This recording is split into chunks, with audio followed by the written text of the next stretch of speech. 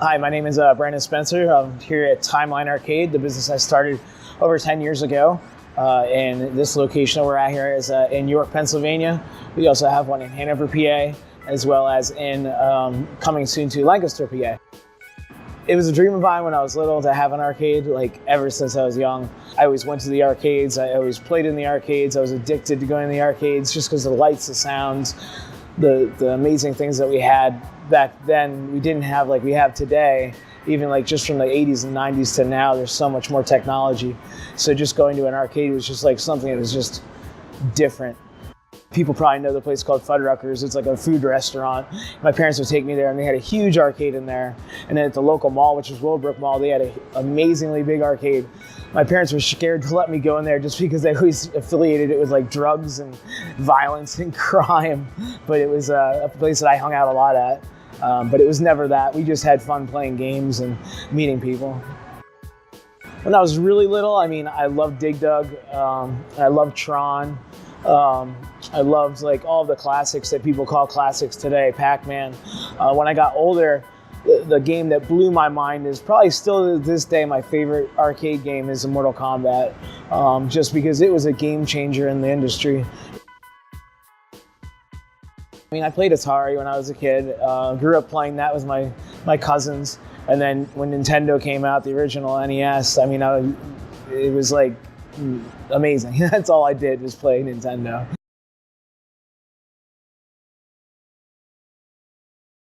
I had a dream to start an arcade, and I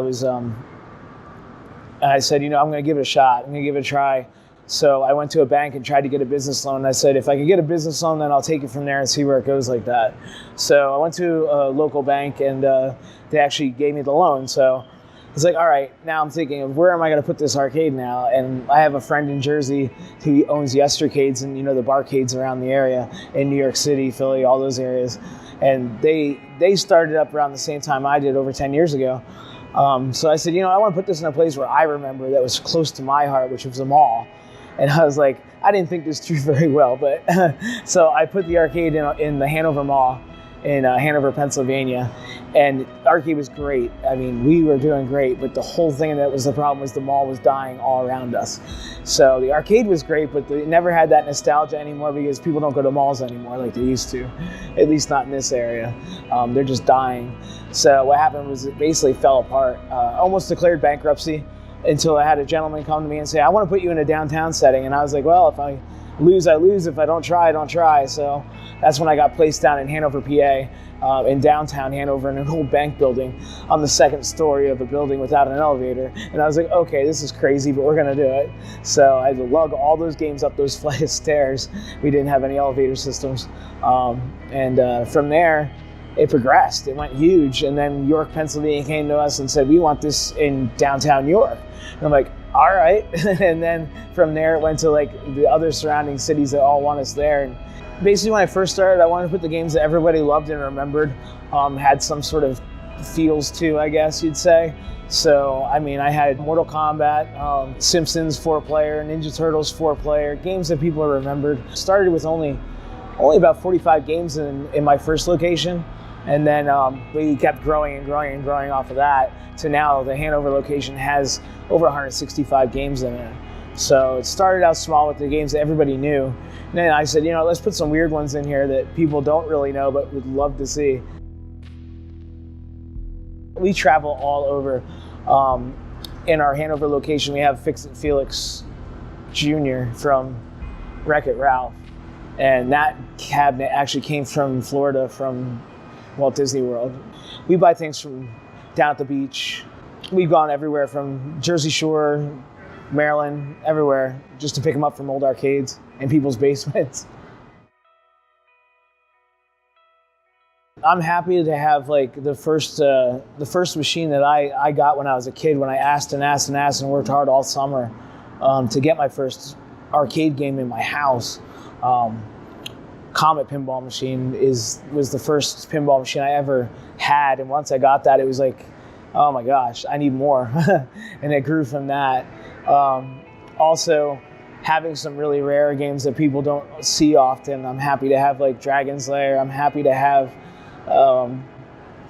Tron. I'm happy to have like the games that people remember that you don't see too often. I'd love to get, even though it's a nightmare, I heard, the only other game that's like on my golden bucket list to get for the arcade or even my house would be Sega made a hologram game called Timecrawler.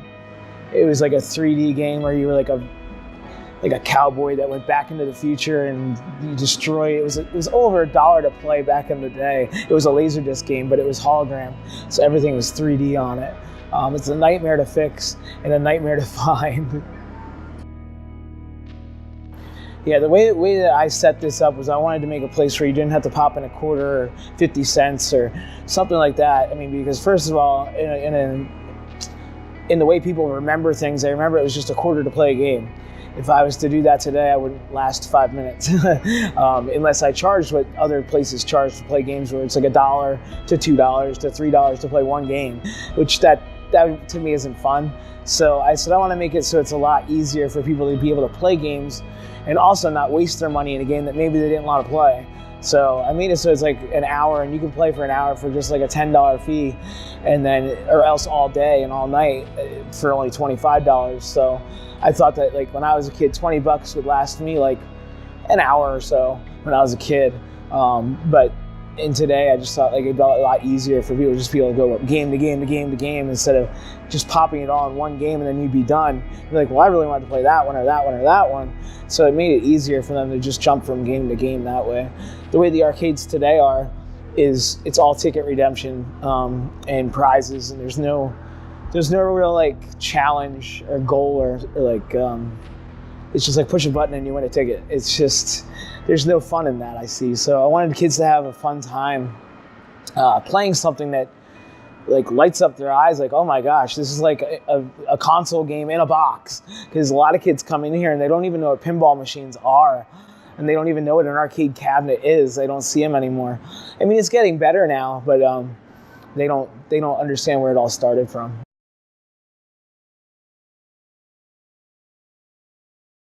We have in the past. We're probably going to start doing them again here soon.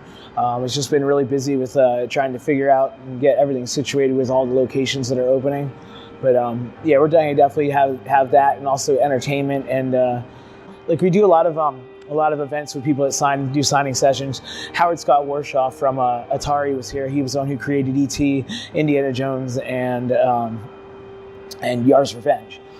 He's the one who actually made those games. He's a friend of mine. He came out and did a signing session and a talk with all of the guests that came, and explained how Atari and the company was and what craziness they did back in the day as programmers and developers, and talked a lot about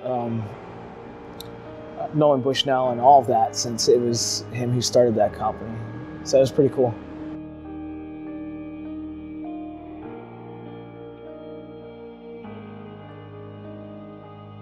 I want to keep Timeline not to look as like a Dave & Buster's or a Chuck E. Cheese or one of those kind of outlooks. And I feel like if I consistently just make it small and that's it, people will appreciate it more, because it's independently owned. It's not a franchise. It's not a conglomerate business. And I feel like if I go too far with making multiple locations, it'll lose that feels for being like a homebody and like just an average guy that owns a place, you know?